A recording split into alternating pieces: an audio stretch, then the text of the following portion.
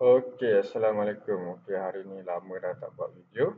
Okey, hari ni aku nak share satu cara untuk kita buat podcast dialog ataupun apa-apa skrip lah yang memerlukan voice kan. Voice over ataupun skrip dialog untuk kegunaan video atau iklan atau apa-apa conversation lah. So sebelum ni biasanya aku akan guna 11 Labs punya TTS ataupun text to voice punya AI. Tapi hari ni aku share untuk kita guna Google AI Studio. So ini free je, so boleh log in guna mana-mana Gmail account. So pergi ke aistudio.google.com. So and then kita pergi dekat bahagian generate media.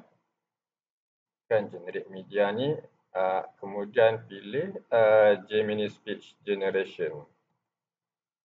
Okay. So dekat sini nak load apa okey, so ini dia bagi contoh satu dialog lah skrip dan ada speaker 1, speaker 2. So dekat bahagian sebelah kanan ni kita boleh set dia punya speaker setting kan. Okey, macam mana nak start? First kita kena ada dia punya dialog skrip lah. So nak buat skrip ni boleh lah guna Gemini Chat ni pun boleh, nak guna Chat GPT pun boleh. Tapi untuk ni aku dah siap. So boleh guna Chat GPT ke Gemini pun boleh juga. So kita bagi je dia punya instruction macam ni, buatkan skrip dialog, suara atuk bergurau cucunya, sembang pasal teka-teki. So bila dah keluar dia punya respon ni, kita just copy sampai habis dia punya dialog ni. Okay, copy, kemudian masukkan dekat bahagian raw structure. Okay, raw structure ni kita paste dekat sini.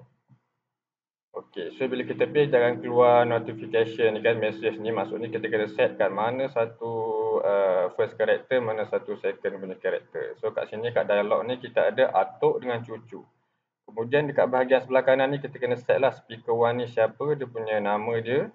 So speaker 1 first kali cucu akan tanya, so kita masukkanlah cucu kat sini. And then speaker number 2 atuk pula yang akan jawab kan, so kita masukkan atuk. So dia dah boleh auto detect siapa cucu, siapa atuk, dialog mana satu. Kemudian kita boleh pilih kat sini lah dia punya suara. So suara ni dia multi language lah, boleh pilih mana-mana pun karakter yang ada. Dia akan matchkan dengan kita punya skrip ni punya language. So kalau skrip language tu bahasa Melayu, so dia akan guna suara ni, tone ni dalam bahasa Melayu. So nanti kita generate tengok dia punya bunyi macam mana. So untuk cucu saya guna Zephyr ni. Kemudian untuk atuk kita ambil suara yang deep sikit. Contoh inilah Sadabia ni. What kind of problem could we solve? Okey, so kita ambil suara ni. Okey, bila dah set ni, so kita bolehlah terus run ataupun nak letak style instruction pun boleh. Tapi kita test dulu tengok run macam mana. So kita run. Nanti dia akan generatekan lah voice untuk dialog ni. So dialog teka-teki ni. So kejap lagi kita dengar.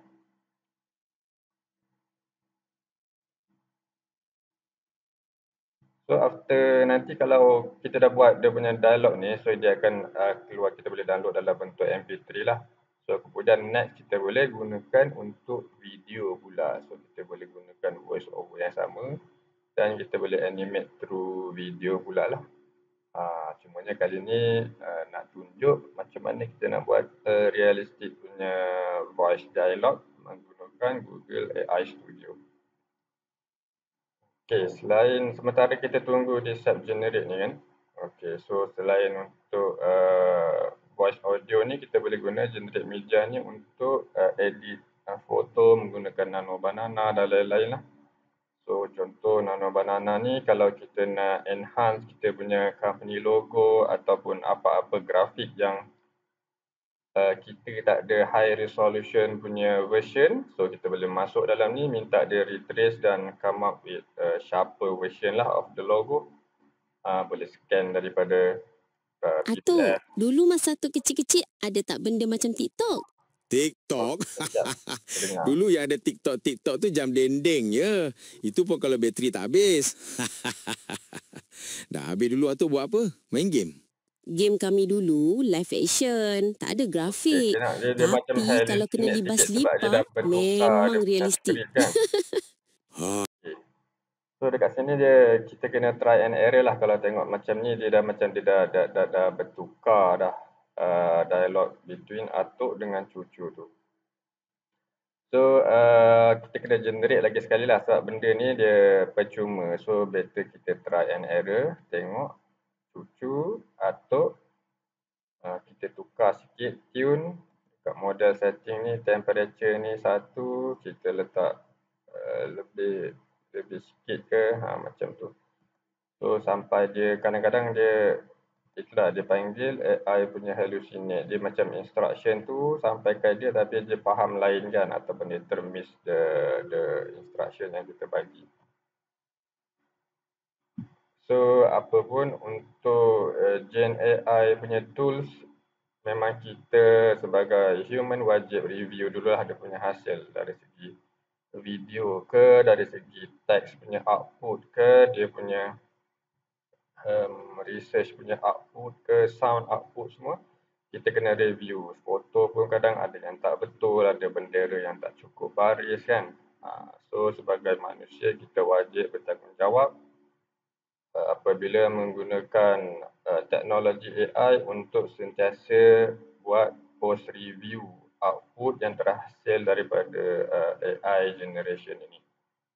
Okay, itu adalah tanggungjawab kita sebagai manusia untuk menggunakan teknologi. So kalau kita tak buat review dulu atau verify dia punya output, dia punya jawapan, dia punya respon, compared to the facts ataupun buat comparison, mencari second opinion. Atuk, dulu masa Atuk kecil-kecil, kita dengar. ada tak benda macam TikTok? Siap. TikTok?